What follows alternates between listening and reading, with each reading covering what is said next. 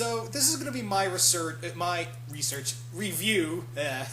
review of Avatar: The Last Airbender: The Search Part 2. And yes, I know I have a picture of Part 1 instead of Part 2. I couldn't find one in time for this review, so I'm sorry for that. I know, yes, it's weird. Just go with it. But anywho, now last time I did a review on Part 1 a long while back. And now Part 2 has come out. I managed to read it. And I'm still not feeling where they're going with this. This is pretty much a lot of talking. A lot of talking and a lot less doing and less towards the third act. Because seriously, okay, so before I go any further, because I should mention this, spoilers for those who haven't read Part 1, so if you don't want to listen, get out now. And there will be spoilers for Part 2 if you have read Part 1, but you haven't read Part 2 yet. There's spoiler for this too, so I'm going to let you guys get out for a second. Okay, so if you're still here, I'm guessing you want to get spoiled or you've already read it and whatever. This pretty much follows that we find out in Part 1, the end of Part 1, that Zuko may not be the actual child of Ozai. Ursa may have had, he may be the son of this other person known as Ikem, who was Ursa's old flame before she was married off to Ozai. And Azula has found this out, and she wants to use this so Zuko does not have any claim to the throne, while Azula does. But, however, Azula is starting to show her mental breakdowns more often. She's even getting visions from Ursa saying that she must find her true destiny. It is not the throne, which I'm pretty sure we're going to find out she's like some guardian of the spirit world or some shit like that. But yeah, this is pretty much... This has more dialogue than a fucking Spawn comic. I'm serious. And, okay, there are parts in here that are good. I do like the whole mystery that Zuko may not be the son of Ozai. That may be interesting, where it's coming from. Especially, but I don't want to give a full judgment until I get, until I read Part 3. But, seriously, there are some really good moments with when we see backstory with Ozai and Ursa, and we find out that Ozai may have, he may know that Zuko is not his son. It may be Ikem's son, and he even sends a Yuyan archer to go find him in this place called the Forgetful Valley, which is home to all these spiritual beings, and we still don't know where Ikem is, but I'm sure it has something to do with this valley. And we get more talk between Zuko and, Zuko and Azula, who are trying...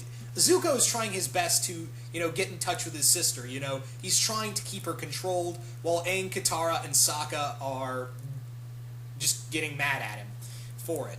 And there are some good moments, like I do like the flashbacks of how Ursa explained how she was going to kill the Fire Lord for Ozai for him to ascend to the throne. That was pretty cool, how they finally explained that. And I loved how they tied it in with Zuko, the episode Zuko Alone.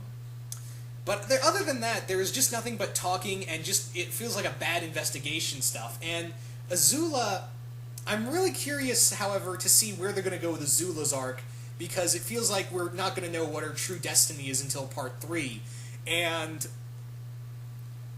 among other things, it gets more into the spirit world, but not till the end, where Aang decides to go look for the spirit wolf. He goes out to find the spirit wolf that they once heard of, and they find it in this place. Aang discovers this being called the Mother of Faces, and yeah, that's how the book ends. It's just him encountering the Mother of Faces, which I'm pretty sure is going to be an interesting payoff. But Part 2 is just weak. I'm sorry. There's just there are some good, interesting fight scenes, but Sokka really doesn't do anything except say "nature hates you" to Azula like 4 times. As well as Zuko, who is still remaining the most interesting of the group, but Azula's just snapping in and out of a psychosis. And yes, I know she's mentally ill, but however, Azula was once one of the most interesting villains in animation in cartoons ever, in my opinion. And now she's kind of being degraded to a schizophreniac who is it's getting very annoying because, and no one's picking up on, is she talking about her mother? Maybe? I don't know. Yes! She is! She thinks her mother's out to get you, has sent you all to kill her. Can you just say, can you just identify with that?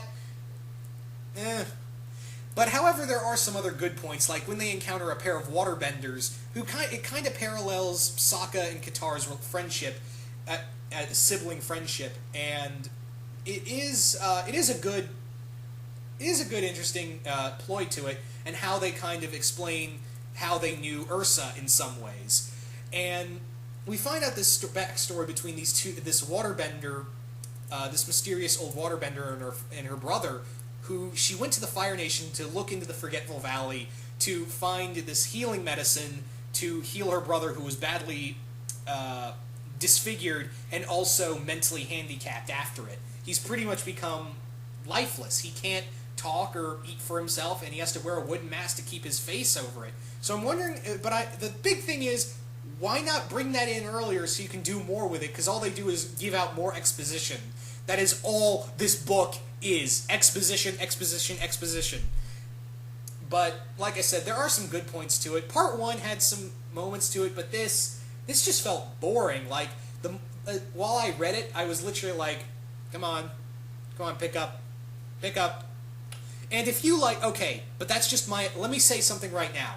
That is just my opinion. That's how I feel on this subject. If you like this book, if you like part 1, if you liked The Search Part 2, that is totally fine. I have nothing against you. I'm not going to go say, oh, well, you're an idiot, da-da-da-da-da. No, I'm not. If you like it, if you like this book, if you enjoy it, by all means, that's your thing. I have no problem with that. But me, I read this and I was literally like, Part 3 better be a goddamn epic to explain all this. Because I seriously read this and I was like, yeah, give me a fucking payoff. Ugh. I don't know. After this and previously the Promise, which also left a bad taste in my mouth, I don't know if, maybe they should get a different writer if they can decide to continue on with these. I don't know. But that's just my personal opinion. Anyway, guys, hope you guys enjoyed this review, and yeah, I'm out.